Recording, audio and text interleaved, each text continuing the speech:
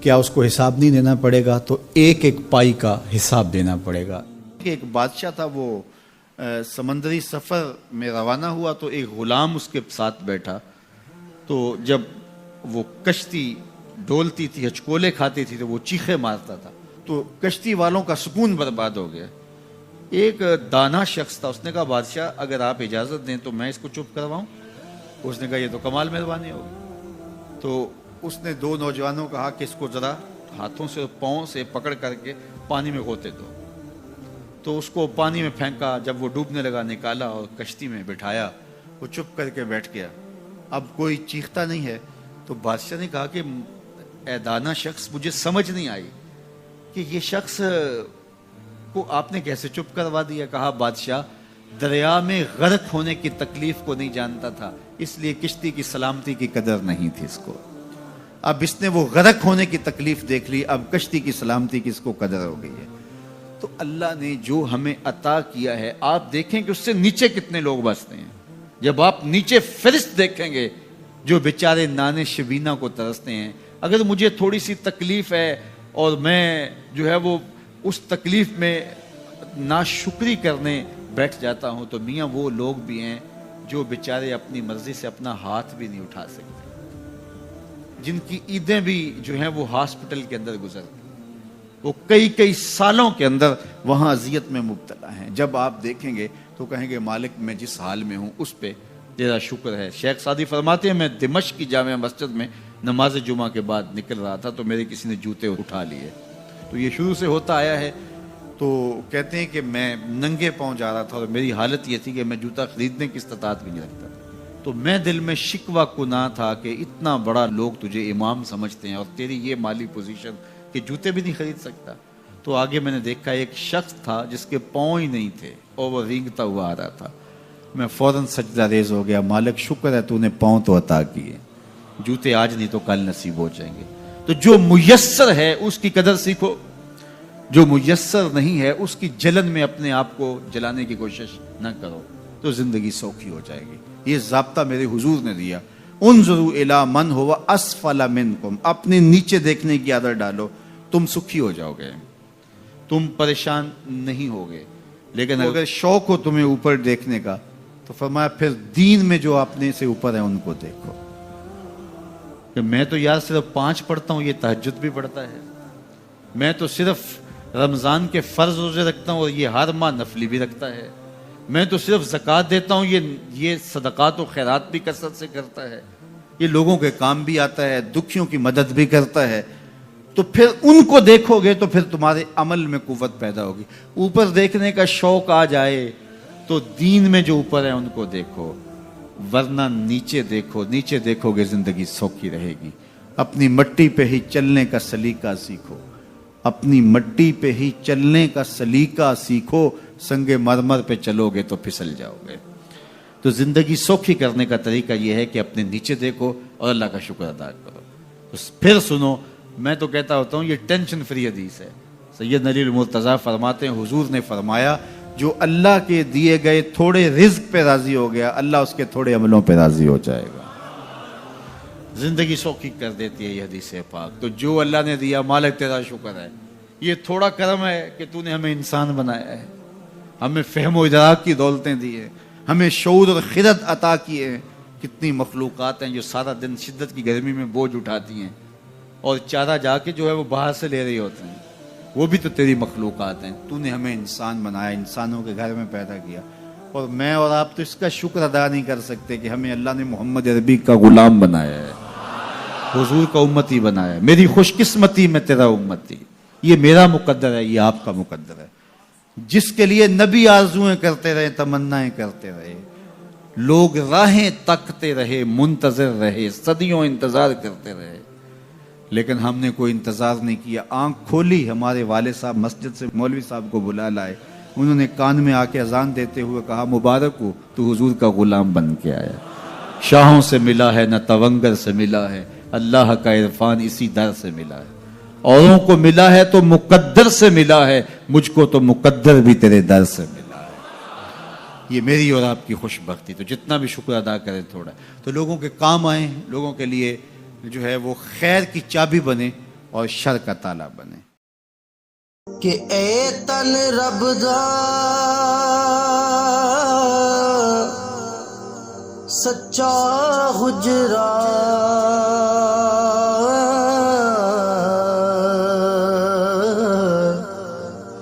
تے کھڑیا با